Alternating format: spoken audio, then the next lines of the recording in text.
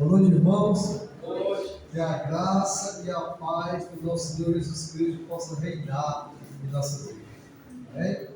Irmãos, o tema da nossa mensagem hoje é a roupa que Deus criou. Aí você pode me perguntar, irmão, Deus criou roupa? Criou. Vamos abrir nossas Bíblias em Gênesis, capítulo 3. Gênesis, capítulo 3.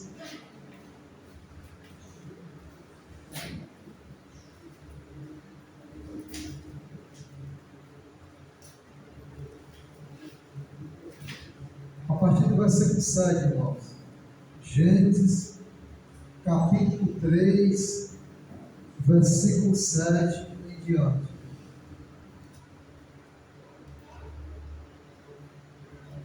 Gênesis, capítulo 3, versículo 7 em diante. Diz assim a palavra de Deus: Então foram abertos os olhos de ambos, e conheceram que estavam nus, e cozeram folhas de figueiras, e fizeram para si aventais, ou cintos, dependendo da versão. Versículo 8. E ouviram a voz do Senhor Deus, que passeava no jardim pela viração do dia. E escondeu-se Adão e sua mulher da presença do Senhor Deus, entre as árvores do jardim. E chegando o Senhor Deus a Adão, lhe disse: Onde estás? E ele disse: Ouvi a tua voz soar no jardim, e temi, porque estava nu e escondido. E Deus disse: Quem te mostrou que estavas nu? Comeste da árvore de que ordenei que não comesse? Salve aqui, irmãos. Então, irmãos, o que é que está acontecendo agora? Adão e Eva no paraíso, e depois que eles desobedecem, aquilo que não era nem um problema, aquilo que era natural, aquilo que era normal, agora se torna um problema. Os olhos dos dois se abrem e eles não têm mais aquela pureza, pois agora eles conhecem o bem e o mal. E entre eles dois, ambos, eles reconhecem que estão nus. Antes isso não era um problema. Antes do pecado isso era normal. Mas, irmãos, toda vida que o pecado vem, ele traz sequelas graves. Aquele que não era um problema, agora se torna um problema. E os dois concordam e vão e fazem roupas, aventais ou cintas, ou algum tipo de coisa para se cobrir. Às vezes até parece uma situação boa e até nobre, porque agora no pecado eles tentam resolver o problema do pecado. Só que eles tentam resolver com a sua sabedoria. E sabem agora uma sabedoria em pecado. Uma sabedoria sem a pureza. Uma sabedoria sem Deus. Porque eles, por conta própria, fabricam as suas próprias roupas. E quando eles escutam a voz de Deus, eles também se envergonham.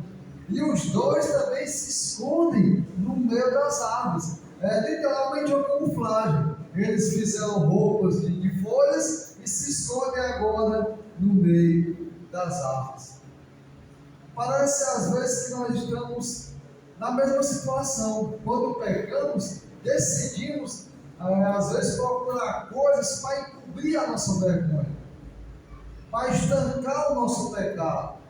Só que infelizmente muitas das vezes procuramos nossos próprios recursos, procuramos o nosso próprio entendimento e não procuramos a Deus. João já fala: filhinhos, não pequeis, mas se pequeis, teis um advogado que é fiel. Então a quem nós vamos recorrer? Ao advogado, não a nós mesmos. Porque quando nós mesmos decidimos resolver o problema do nosso pecado, nós acabamos fracassando. Embora seja até uma atitude razoável e aceitável. Mas o que é que vai acontecer agora? No versículo 21 do capítulo 3. E fez o Senhor Deus a Adão e sua mulher túnicas de peles e os vestir. O que é que nós podemos ver, irmãos? As roupas, os aventais que o homem fez, não é aceito por Deus. Não tem aprovação nenhuma. Mas, irmãos, eles não fizeram o que era certo, já que eles agora estão sem pureza, então eles fizeram o correto, se cumpriram sim. Muitas das vezes também fazemos coisas pensando que estamos fazendo melhor. E às vezes pensando que é a vontade de Deus. E às vezes nós nos orgulhamos e não aceitamos mais nenhum tipo de exortação porque acreditamos que estamos resolvendo aquele problema. Mas, irmão, quando é pecado, nós não temos condições de resolver nenhum tipo de problema. Só o Senhor pode resolver o problema do meu e do seu pecado. E nós, irmãos, às vezes, fabricamos roupas para esconder a vergonha do nosso pecado. Às vezes, quando pecamos, nos bate um remorso, um sentimento mau, um sentimento de culpa e uma vontade de resolver. Parece ser uma atitude boa e legal. E acabamos, irmãos, muitas das vezes fabricando nossas próprias roupas para esconder alguma coisa de nossos pecados. Eu escolhi 4 tipos de comparação de aventais que às vezes nós fazemos, fabricamos. Se você souber mais algum do seu estudo pessoal, você pode acrescentar, porque é uma alegoria que eu acredito que dá para ser comparado. Olhando para o texto, qual é o primeiro tipo de avental? Qual é o primeiro tipo de roupa que às vezes nós fabricamos para esconder a nossa culpa e a vergonha do nosso pecado? A primeira coisa que nós vemos aqui é que eles se escondem de Deus. Não é isso que aconteceu quando eles escutam a voz de Deus?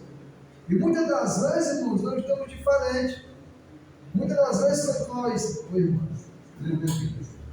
Muitas das vezes quando nós pecamos ou erramos, qual é a vontade que nos dá? O que é que nós fazemos para estancar e para cobrir a vergonha do nosso pecado? Decidimos nos esconder de Deus.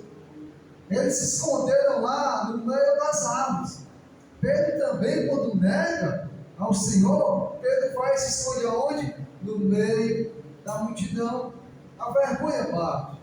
Mas sabe, irmão, isso não passa de roupas que nós fazemos para encobrir a vergonha do nosso pecado. E às vezes isso acontece quando estamos em falha com o Senhor, quando estamos em pecado, em vez de buscarmos ao Senhor, decidimos nos esconder. Adão e Eva se esconderam no meio da vegetação, Pedro vai e se esconde no meio da multidão, entre tantas outras coisas que às vezes acabamos fazendo, nos escondendo e fugindo da presença do Senhor. Outro tipo de avental, de roupa que às vezes nós fabricamos para esconder a nossa culpa e a vergonha do nosso pecado, é colocar a culpa em alguém. Não é assim? Às vezes o outro, o irmão, às vezes o meu pai, o meu filho, às vezes o meu trabalho, às vezes aquela pessoa, ela é culpada do meu pecado. O que foi que Adão falou? Foi a mulher. Não foi isso? Adão declara firmemente. Foi a mulher. E muitas das vezes, irmãos, quando estamos fracos na fé, quando estamos cambaleando, o que é que nós dizemos? Rapaz, eu não suporto mais a pregação do Léo.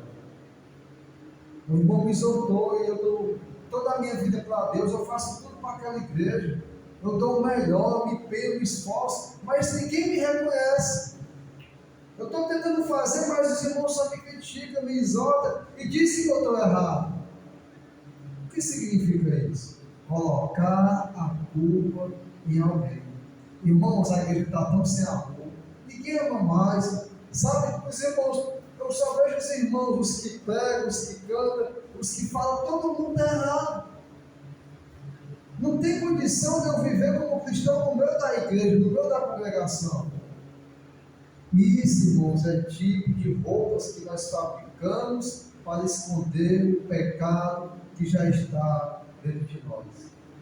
Mas sabe qual é o problema? Porque hoje ninguém ensina demais e ninguém sabe mais diferenciar o que é pecado e o que não é pecado. Parece que hoje tudo é normal. Dizer para o irmão hoje que isso é pecado, irmão, você tem que provar na Bíblia, você tem que dar um estudo, fazer um seminário, tem que provar para um milhão de pessoas que aquilo é pecado, porque ele quer que diga lá explicitamente que é pecado. E qual é o conceito de pecado na Bíblia? O que é? É fugir da aparência do mal. Aquilo que é aparente ao mal já é pecado.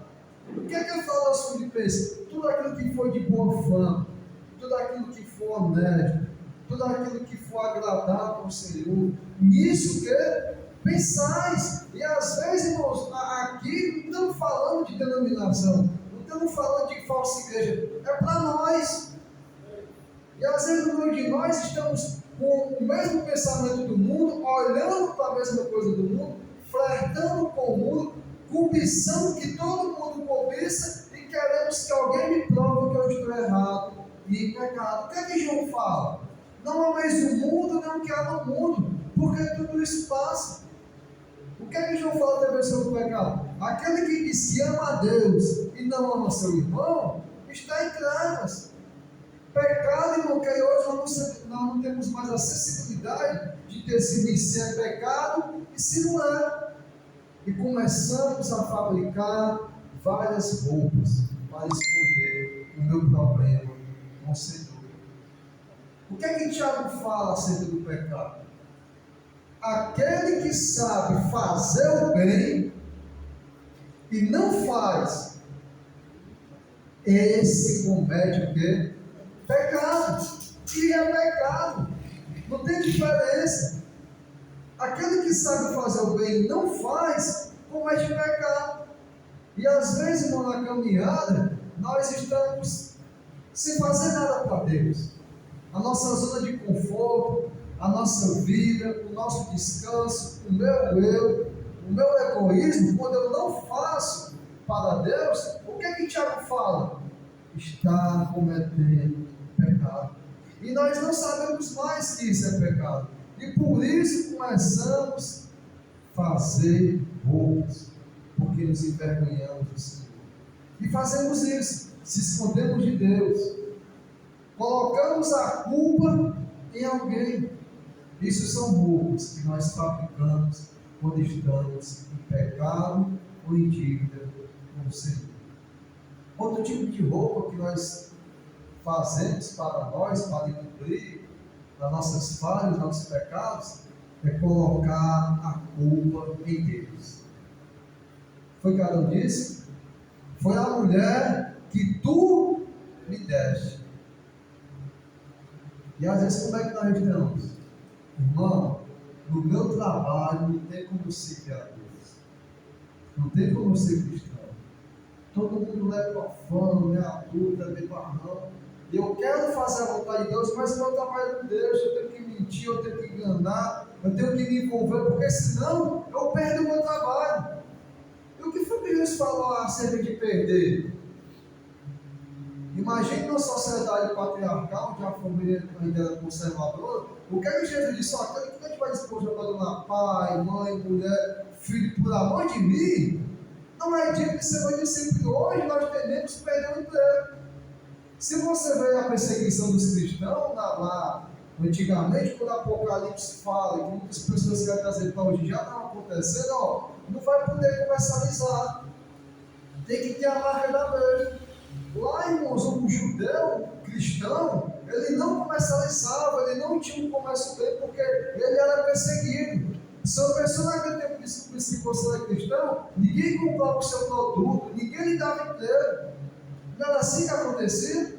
E hoje, irmão, nós dizemos que a situação que vivemos é o motivo de nós estarmos pecando. Irmão, na minha congregação, como ninguém mais tem amor, como tem um irmão que prega que é um falso irmão, como tem um irmão que fala, e o Senhor vejo a maioria dos irmãos em pecado, eu digo assim, não tem mais como eu fazer o que é a vontade de Deus. Eu não estou conseguindo, irmão, ser cristão. Tem pessoas que dizem, irmão, na minha casa, o meu marido não deixa eu ser uma mulher de Deus. Eu quero fazer a vontade de Deus, eu não quero pecar, mas o meu marido é o causador de eu não estar conseguindo, irmão, crescer espiritualmente. O marido que Deus deu. E às vezes eu me diz, irmão, eu quero fazer a vontade de Deus, mas a minha mulher não está ajudando. E eu me desanimo, eu fico sem vontade. A mulher que Deus me deu. E às vezes as pessoas começam a procurar vários tipos de coisas, situações, para dizer que não consegue ser um discípulo do Senhor, um cristão fiel. Eu me lembro de José. José vendido como escravo e na casa de Potifar. Como era a casa de Potifar? Falava de Deus, de Israel. O que é que tinha lá? O paganismo total. Era militar. O que é que aconteceu naquela casa? Mas Deus estava com José. Na cadeia, o malfeitor, as pessoas que mentiam, era na cadeia. Mas como é que estava José? Uma luz que brilhava no meio das trevas. Daniel, no palácio de Nabucodonosor, numa situação extrema, claro, tinha ele como um jovem inteligente, tinha leitura, ele foi elevado a patamar, mas ele tinha que comer a comida do rei, ele tinha que se submeter a algumas coisas. Mas como é que Daniel se encontra naquela situação, seus amigos? Fazendo a vontade de Deus em qualquer situação e em qualquer circunstância. Porque muitas das vezes, quando nós colocamos a culpa em Deus, quando dizemos que a situação, a circunstância faz com que eu peque, e acabamos dizendo que é por conta do Senhor que não me proporciona um lugar melhor, algo melhor para mim não pecar e estar fazendo a vontade de Deus. Eu queria dar a verdade e mostrar dentro desse texto qual era a situação que Adão e Eva desobedeceram e pecaram. Onde é que eles estavam? No mundo que hoje nós vivemos, numa sociedade corrompida, onde infelizmente é difícil, eles tinham perseguição. Qual era a situação que Adão e Eva estavam desobedecendo e pecado? No paraíso. E às vezes nós pensamos que se eu estiver no paraíso e não tiver ninguém para o meu lado, tem uma treva, eu vou fazer o melhor para Deus. Às vezes dizendo que se eu fosse lá Pedro, eu não tinha negado Deus de jeito nenhum. Se eu fosse Judas, eu não tinha vendido. Se eu estivesse lá, eu tinha escutado. Se eu tivesse aos pés de Jesus, eu teria feito diferente. Irmãos, se nós não temos na palavra, se nós estivéssemos naquele tempo, não tínhamos feito nada que nós pensamos que faríamos. Às vezes pensamos que a congregação melhor, o irmão que prega melhor, o irmão tendo mais amor, vai fazer com que eu não pegue, que eu continue crescendo no Senhor. Mas não é a situação. Você pode estar no paraíso, você pode estar no meio dos santos, sem nenhum pecador. Mas se eu e você não estivermos na presença do Senhor, nós vamos pecar contra o Senhor. Se eu e você estiver escutando outras vozes, nós vamos pecar contra o Senhor. Mas sabe qual é a nossa roupa? Dizemos que Deus é o culpado por não proporcionar uma situação melhor para mim ser fiel ao Senhor. Roupas que fabricamos para esconder a nossa nudez, a nudez do pecado. Não nesse texto, mas no decorrer da Bíblia, sabe qual é a quarta roupa que eu queria compartilhar com os irmãos, que às vezes nós fabricamos para encobrir o meu pecado e a minha ausência do Senhor? É a mentira. E essa ela tomou a posição de todos. A roupa da mentira, a roupa que às vezes nós fazemos para encobrir o meu pecado, é roupa que leva à destruição. E às vezes nós pensamos que uma mentira boba que o marido fala para a sua mulher é uma mentira comum. Não tem mais o senso de saber que o pai da mentira é o diabo. E às vezes as nossas esposas mentem para nós, eu digo assim no contexto geral, e pensam que aquilo é normal. E aquela mentira, por ela não perder a opinião, e por ela já estar debaixo do pai da mentira, qual é o problema da mentira? A pessoa sempre vai ter que mentir para provar que aquela primeira mentira não é verdade. Quando nós não decidimos, irmãos, abandonar essa roupa, e se entregarmos a Deus, nós vamos estar sempre preocupados em estar costurando nossas vestes, em estar tapando situações que vivemos. E a mentira, muitas das vezes, ela vem para blindar, para camuflar as nossas vidas.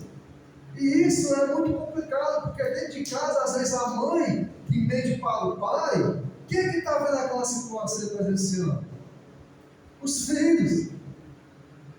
E às vezes a pessoa arrasta um filho pela mão, quer colocar a força da igreja e diz: meu Deus, eu estou peitando em dar esse menino educação cristã, e esse menino está na situação.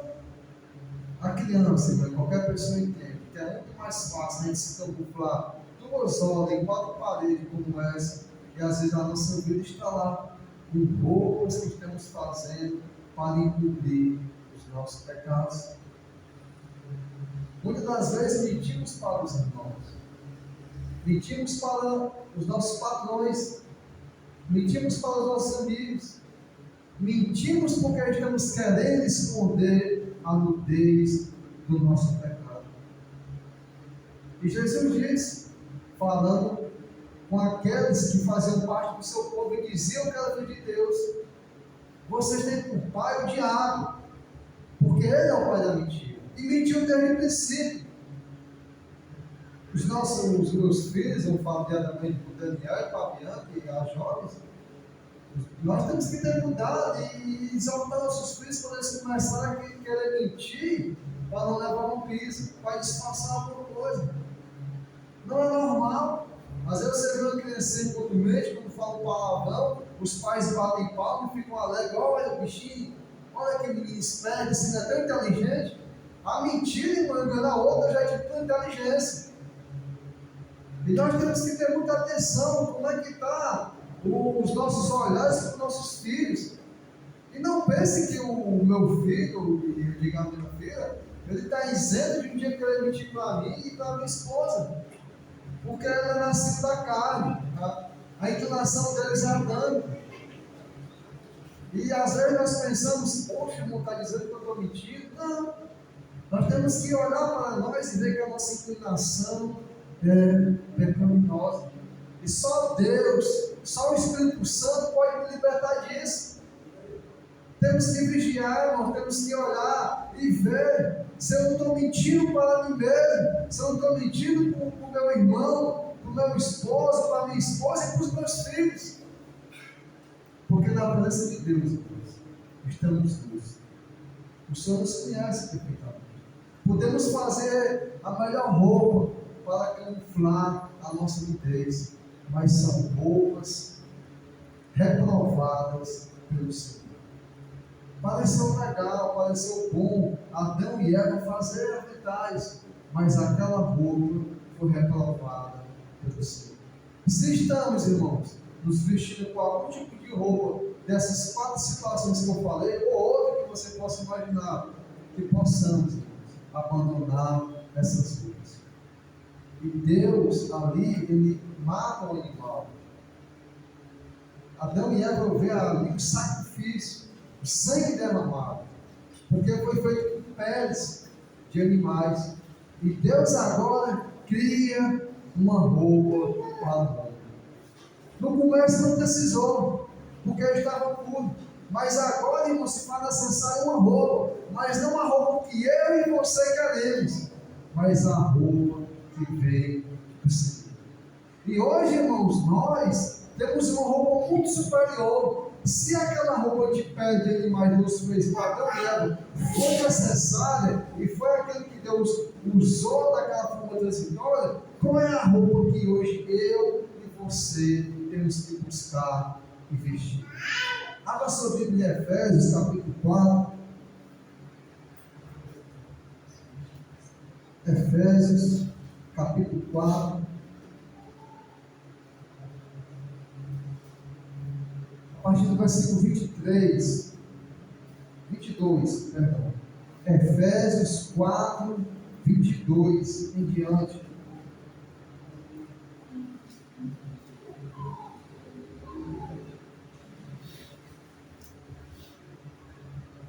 Efésios 4, 22. Diz assim a palavra do Senhor: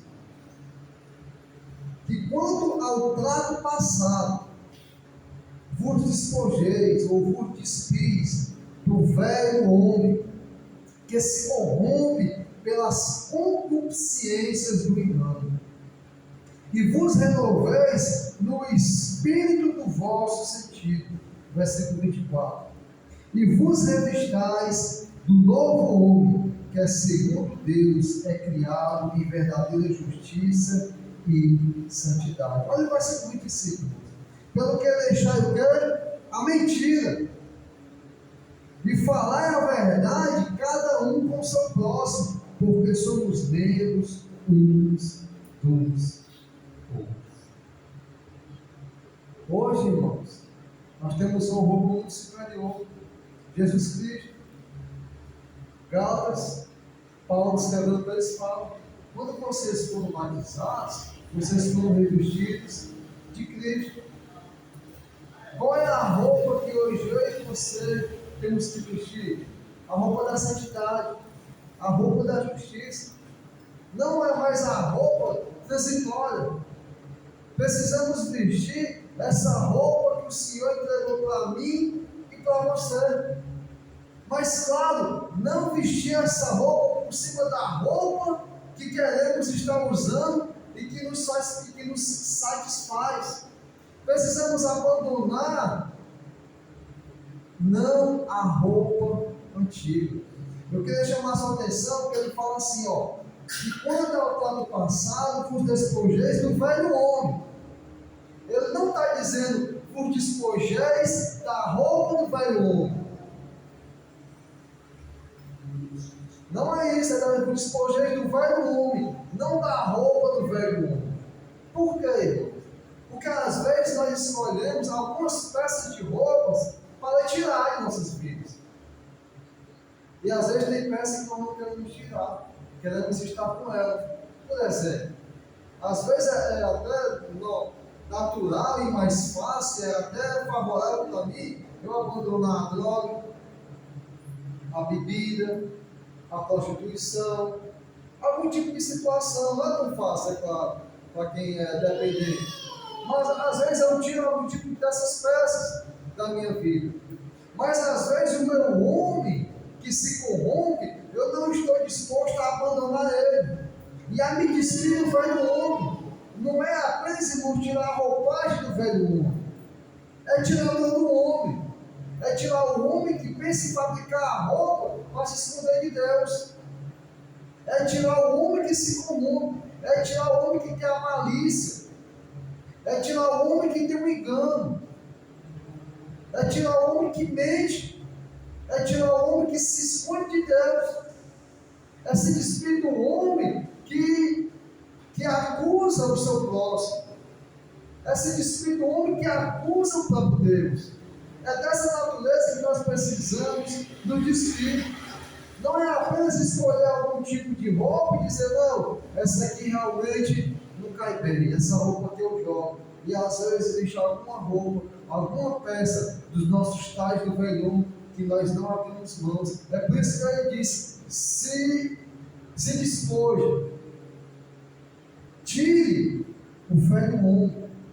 Não é apenas tirar as roupas do velho homem, porque às vezes tem uma situação. Tiramos muitas roupas ruins do velho homem, mas às vezes ainda estamos com a natureza do velho homem. E sabe o que vai acontecer? Podemos cair. Foi um caso verídico que está ali. Certa vez um pastor, uma pessoa da igreja, tinha um mendigo na rua, sabe? Um mendigo. E aquele pastor, ele pegou aquele mendigo, aquele homem, né? O pastor, o que fosse, ele pegou aquele mendigo e levou para a casa dele, deu um banho, cortou o cabelo, aparou a barba, botou a melhor roupa para ele, o melhor sapato.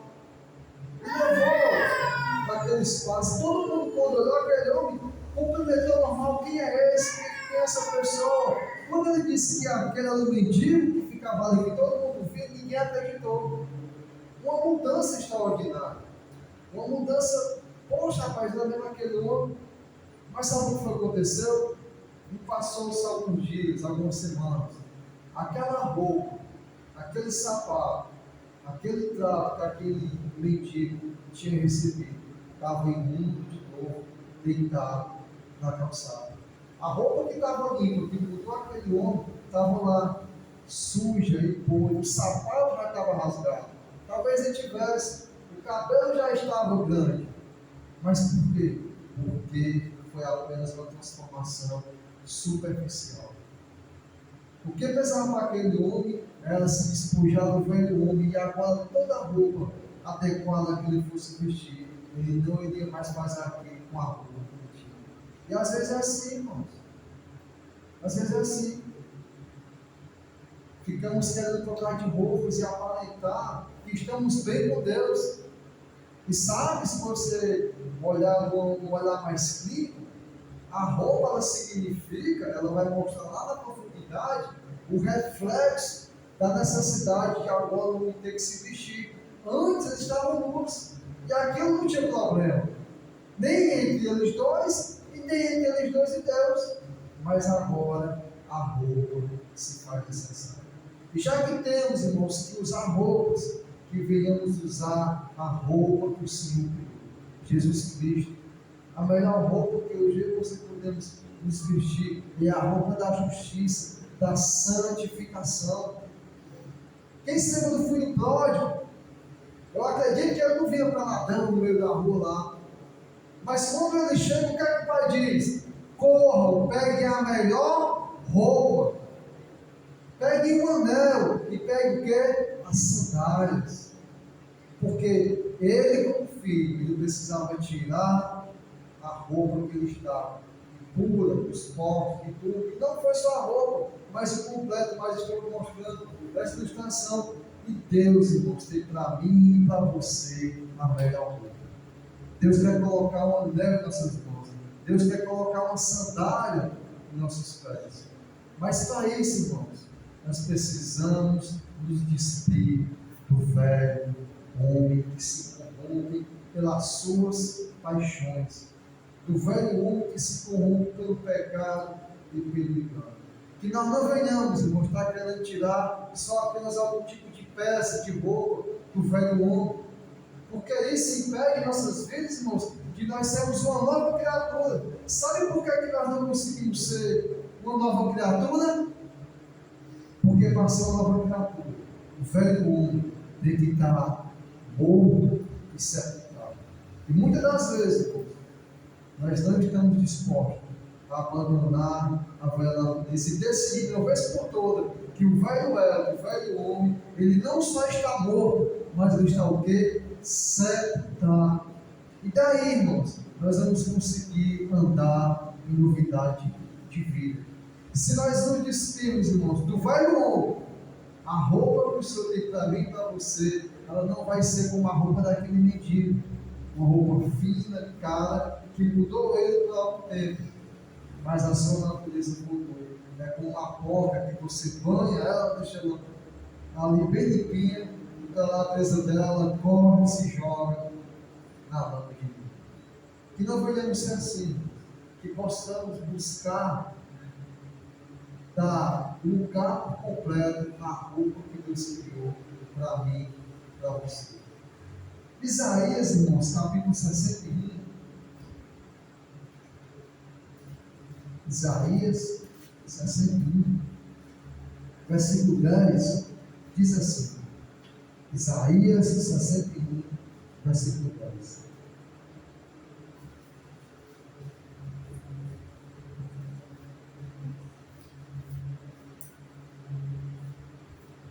Isaías, capítulo 61, versículo 10. Diz assim a palavra do Senhor: regozijar-me-ei muito no Senhor. A minha alma se alegra no meu Deus, porque me vestiu de vestes de salvação. Me cobriu com o manto da justiça, como um noivo que se adorna com atavios e com a noiva que se enfeita com suas próprias joias. Olha só, a roupa que tem preparado para mim e para você. O que é que Deus falou para a igreja de Laodiceia? Comprem de mim vestes o quê? Brancas. Que possamos, irmãos, buscar com diligência e com amor a roupa que Deus criou para mim e para você. Porque se faz necessário, todos pecamos, todos nós extraviamos e fomos destituídos da glória de Deus. Pois se faz necessário, irmão, nos vestirmos de Deus, nos revestirmos de Jesus. Mas para isso, irmãos, que venha morrer o velho, que nós possamos nos despojar, que nós possamos nos despir do velho homem, que morra o velho homem e que nessa nova criatura que nós somos, que possamos estar vestindo a roupa que Deus criou. Jesus Cristo, se nós nos revestirmos de Jesus, sabe o que é que vai acontecer? Deus vai olhar para mim e para você e vai ver Jesus. Vai ver Jesus. Se estivermos vestidos de Jesus, da roupa do Senhor. Amém? Que Deus seja louvado. Irmãos, quarta-feira estamos aqui, 7h30, para o nosso estudo doutrinário. Estamos estudando novamente, que bom, a primeira carta de 1 Pedro. Estimula os irmãos a vir, é uma alegria, uma satisfação pela comunhão e pela edificação que você tem, pelo aprendizado. Amém? Que Deus seja louvado. Vamos ficar de pé e vamos orar ao Senhor.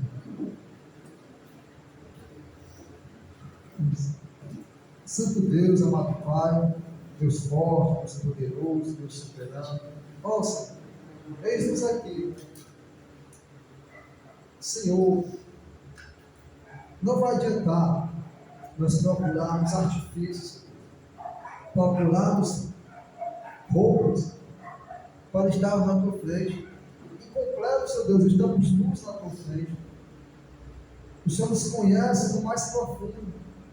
Mas, Senhor, que possamos estar dispostos a recebermos, Senhor Deus, a roupa que o Senhor preparou para nós. Porque se pegamos, Senhor Deus, se faz necessário agora essa roupa, e que seja a tua e não a nossa. Nos perdoa, Senhor Deus, se estamos procurando muitas roupas, se estamos procurando vários tipos de coisas, para querer, Senhor Deus, encobrir a vergonha do nosso pecado. Mas que possamos, Senhor Deus, deixar que o velho homem ele seja despojado, despido, esteja morto e sepultado, para que no novo entendimento que nós temos, no novo sentido que nós temos, na vida que nós temos, Deus, possamos andar segundo a tua vontade. Possamos estar, Deus, dignos na tua presença. Ser conosco, Senhor, porque nós te pedimos e te agradecemos, em nome de teu Filho amado, Jesus Cristo. Amém, Senhor.